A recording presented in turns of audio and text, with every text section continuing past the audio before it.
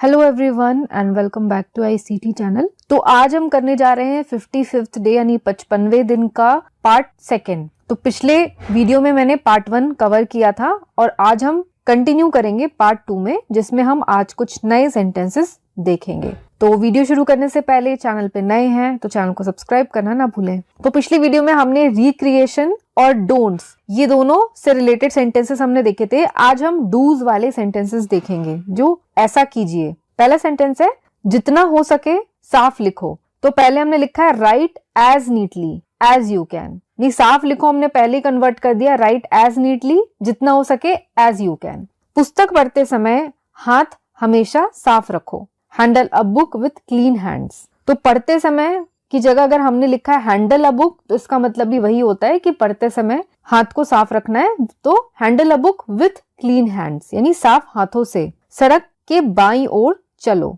तो बाईं ओर चलना यानी कीप टू द लेफ्ट। हमेशा अपने दाएं हाथ से दूसरों से हाथ मिलाओ। Always shake hands with your right hand. तो हमेशा इसलिए हमने लिखा है ऑलवेज, और हाथ मिलाना को बोलते हैं शेक हैंड्स। शेकिंग हैंड्स का मतलब हाथ मिलाना with your right hand. Next है मेहनत करने की आदत डालो। तो इसको सिंपल हम लिखेंगे be hard working. Be hard working का मतलब ये होता है कि मेहनत करने की आदत डालो। अगर हम इसे वर्ड टू वर्ड कन्वर्ट करते हैं तो हम लिखेंगे cultivate the habit of working hard.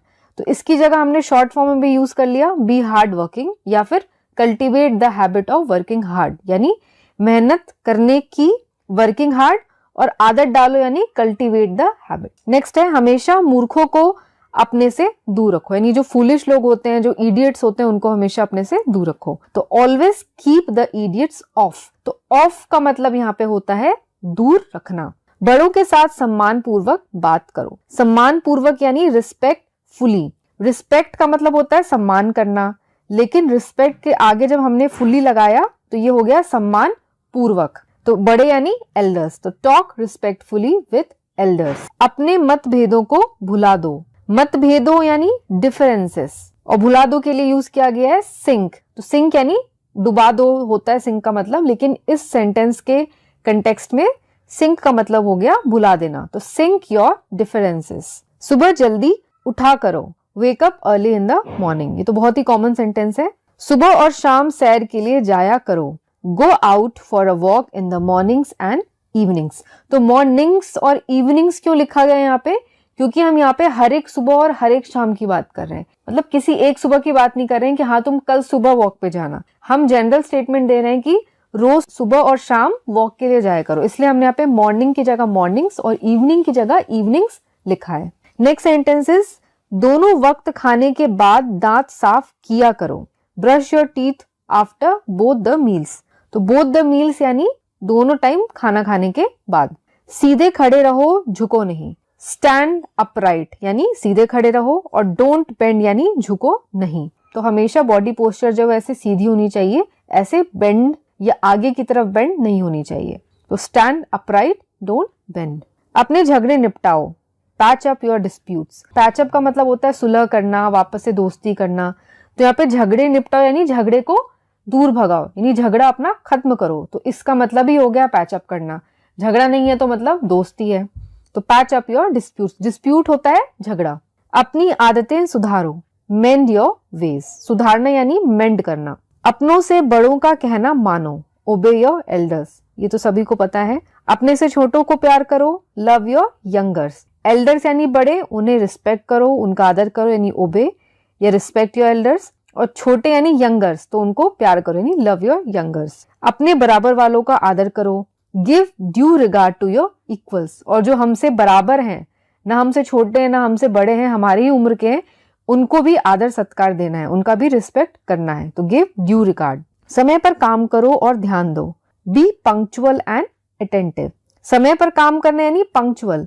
Punctual का मतलब ही होता है कि जो हर चीज समय पर कहता है। अगर कोई पंक्चुअल है यानी वो समय पे आता है, समय से जाता है, अपना काम समय से खत्म करता है, तो समय का बहुत पाबंद है। तो ऐसा जो पर्सन होता है वो होता है पंक्चुअल पर्सन।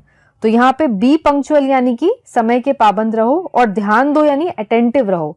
अटेंशन का मतलब होता है ध्यान देना, और अटेंटिव जो है वो क्वालिटी हो गई, यानी ध्यान दो। ये हमारी क्वालिटी है कि हम अटेंटिव हैं। जैसे हमारी क्वालिटी होती है कि हम सिंसियर हैं, वैसे हमारी क्वालिटी होती है कि हम अटेंटिव हैं। नेक्स्ट, खाना पूरी तरह चबाकर खाओ। Chew your food properly. तो च्यू करना यानी चबाना, प्रॉपरली यानी ठीक से चबा के खाओ। मजबूती से पकड़ो। Hold firmly. फर्मली का मतलब मजबूती से। याद रखें, आई डिसलाइक मैंगोज यानी मैं आम पसंद नहीं करता। Do you give discount on your sales. क्या आप बेचे जाने वाले माल पर डिस्काउंट देते हैं। He is a dishonest person. वह बेईमान आदमी है। इन वाक्यों में डिसलाइक जो है वो डिस प्लस लाइक से बना है, डिस्काउंट जो है वो डिस प्लस काउंट से बना है, और डिसऑनेस्ट डिस प्लस ऑनेस्ट से बना है। आदि शब्दों में डिस का मतलब है अपोजिट। इसी प्रकार लाइक का उल्टा यानी डिसलाइक यानी नापसंद करना। तो ऐसे जो है डिस जो है वो उपसर्ग यानी इसको प्रीफिक्स बोलते हैं। इससे बने कुछ और शब्द नीचे दिए गए हैं। तो ये बहुत एक इंपॉर्टेंट बात है जब हम बोलते हैं प्रीफिक्स। प्रीफिक्स यानी जो किसी भी वर्ड के पहले आता है वो होता है प्रीफिक्स यानी उपसर्ग। उसके साथ होता है एक सफिक्स। सफिक्स यानी प्रत्यय। ये जो होता है वो किसी भी वर्ड के बाद में आता है। जो पहले आता है वो प्रीफिक्स, प्री का मतलब ही होता है पहले, और जो बाद में आता है वो होता है सफिक्स। तो वैसे ही जब हमने वर्ड है काउंट, काउंट के आगे जब हमने डिस लगाया तो वो बन गया डिस्काउंट। ऑनेस्ट के आगे हमने जब डिस लगाया तो वो बन गया डिसऑनेस्ट। लेकिन डिस जो वर्ड है उसका मतलब होता है उल्टा। तो लाइक के आगे जब हम डिस लगाते हैं तो ये हमें वर्ड मिलता है डिसलाइक। डिसलाइक का मतलब पसंद नहीं करना, लाइक करना यानी पसंद करना, डिसलाइक का मतलब पसंद नहीं करना। ऐसे कुछ वर्ड्स हैं। डिस उपसर्ग लगा के डिसेबल यानी अयोग्य बनाना, एबल यानी योग्य, और डिस लगा दिया तो उसका उल्टा हो गया यानी अयोग्य।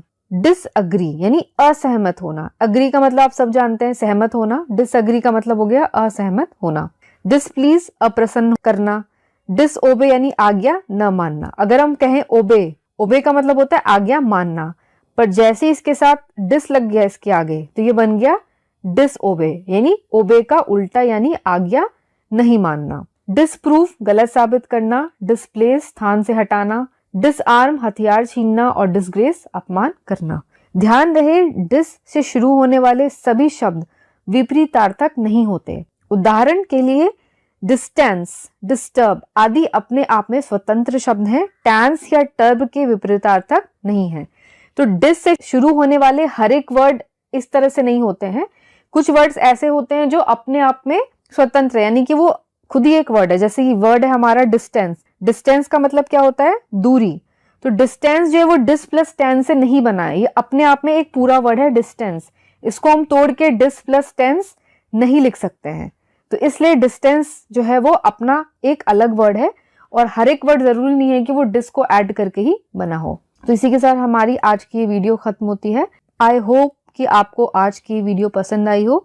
अगर वीडियो पसंद आई तो वीडियो को लाइक करें, शेयर करें और चैनल को सब्सक्राइब करें। तो आज के लिए बस इतना ही। तो बने रहिए चैनल पे ऐसे ही इंटरेस्टिंग वीडियोस के लिए। So that's all for today. Thank you and have a nice day.